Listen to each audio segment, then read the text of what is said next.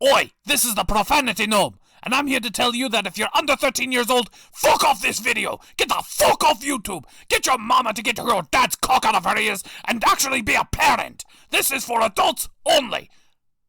And for everybody else, enjoy the video.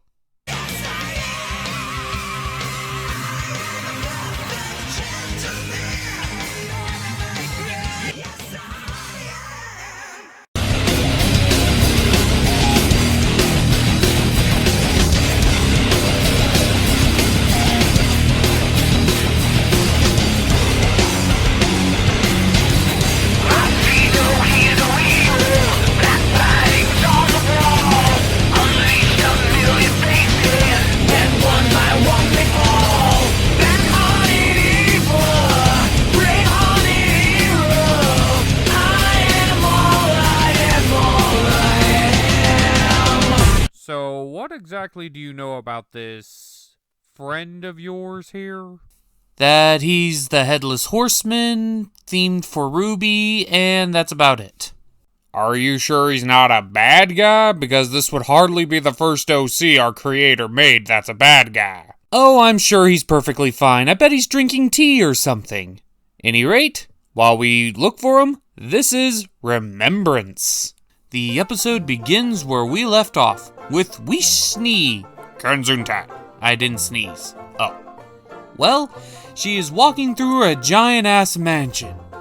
And Christ almighty, they need to get a decorator in here. I haven't seen so much white since I saw Lord Hordak Prime. I get it, she's themed after Snow White. Stop trying to remind us, she's themed after Snow White. I think the point of these scenes is to show just how big and empty her home really is. Yeah, but in a house this big, you'd think they'd have some maids. A little bit too heavy-handed if there's not even a single maid cleaning around. Well, on her journeys to see her father, she meets up with our latest cockstain, aka failed abortion, as well as Whis' brother. Yeah, I really don't know what this character's name is, and quite frankly, I don't care. Because in the few minutes that we get to know him, he just feels like a total snake in the snow. I would say snake in the grass, but that would require a change of color palette. I mean, he hasn't done anything yet, but he also has a very, very punchable face. So we'll just keep it at this. You don't step out of line, and I won't fiddle with this trigger. We later cut to an empty void where we hear Pyrrha's voice, which appears to be inside Rwby's head. So I guess Pyrrha's dead ghost is trying to force time Rwby? I don't know, maybe that's a way for her to come back. But she doesn't tell anyone about this. Not even Jean, as they're having a quirky little talk down the road, discussing that they're going to a nearby town that Jean likes to visit when he was a younger kid. Only for the skies to turn gray, and you know what that means. Tragedy.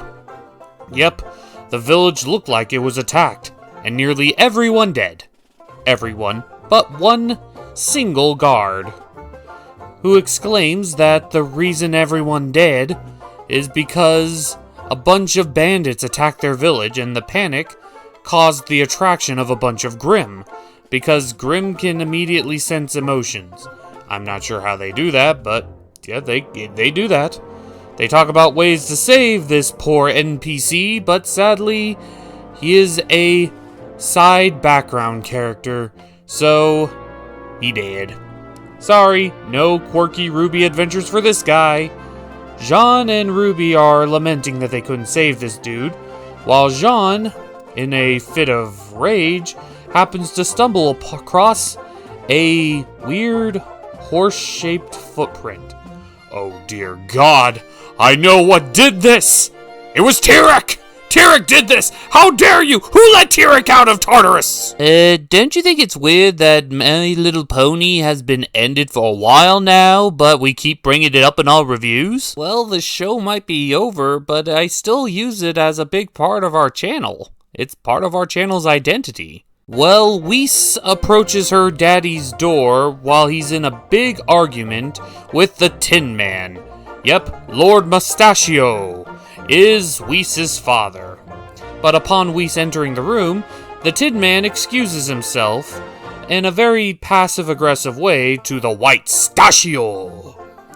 As the White Stachio is still looks like he's in a bit of a feud with Tin Man, but tells his daughter that because the fall of the Veil and the fall of Beacon, they have to show that they're being affected like everyone else. I'm starting to get celebrity coronavirus flashbacks here. So, he wants to throw a grand ball, a charity event. Whis thinks that's a great idea. Yeah, so how could she help? Well, Daddy White Stachio wants Whis to sing. Whis is unsure about this, but I'm not sure if he was asking or not.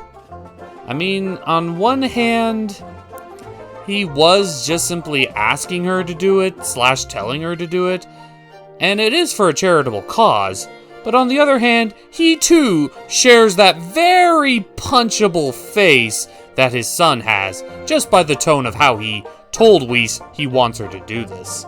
So, I can't really be on either side. I wouldn't want to punch his face if I were you. Why not?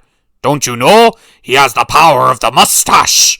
The mustache is the ultimate defense from face punching. But thankfully, we see White Stash's greatest opponent yet, the butler, who has the greatest power of them all. He's a butler, and he has the power of the stash. Now, for the life of me, I can't really figure out which character he's supposed to be from fantasy or fiction or whatever. Seriously? You can't figure it out? What? It's so obvious! Okay, Mr. Smart Guy, what is he? He's the 7 dwarves! What? Think about it.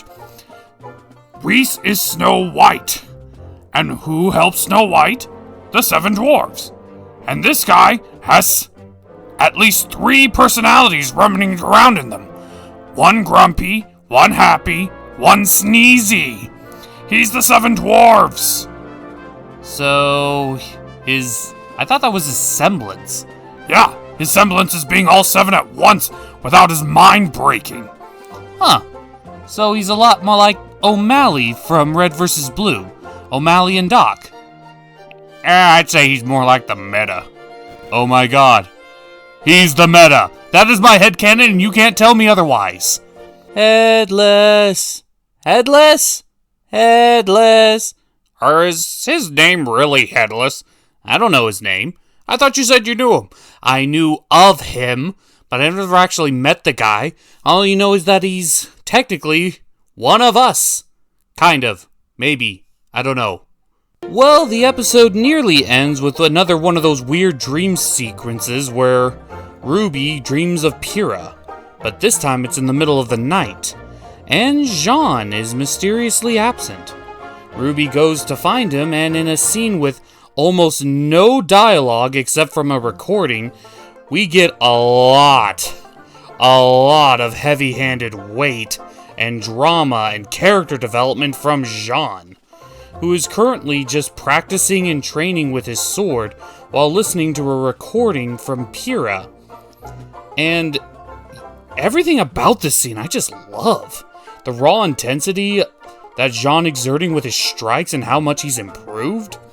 And the look of complete and utter destruction on his face while he's trying to cope with the loss. And this ain't healthy for him to just do this alone. And Rwby is just standing there. And it made me realize Jean is taking the heavy amount of regret and destruction of his personality and depression from this. But Rwby was there when Pyrrha was killed, and she's still just fine. I know they weren't as close as Jean and Pyrrha were, but they were still friends, right? Shouldn't they all be going through something like this? I mean, I know Jean and Pyrrha had a special connection. Ship it. Stop it. But It just doesn't make sense that Rwby doesn't try to confront John, or at least try to make him feel better. Well, anyway, that was Remembrance. So, what did we learn from this episode? We learned that Whis' family is very punchable. We learned that Rwby has weird dreams about Pyrrha that she's not telling anyone. We get an actual plot point where it looks like they're going to be tracking down some sort of giant monster with giant hooves. We got the most epic butler display we've seen in a while. And it's the last bit that makes this whole episode bearable. We'll probably get similar episodes involving the other two, with Yang and Blake. See what they're up to, as we've got with Rwby and Whis, before the plot actually starts rolling. Well, it does give them some time to world build while they do this. I just wish the episodes were a wee bit longer so we have more content to review, but that's more of a nitpick, and that's just Rooster Teeth style for 10-minute episodes. Yeah, and unless something really plot-heavy like what happened with Jean in that video recording of Pyrrha happens, there's not going to be much to talk about. So, I guess we're the Cartoon Gentlemen, and we'll see you next time? We're going to have to find something in order to extend the episode's length so that we can keep the 10 to 15 minute long videos like we used to. Yeah, and I don't think Gent's search for this headless guy is gonna be able to have enough room for what's going on. Well, if you guys are interested, I did find this. What do we have here? Mario Kart tournament?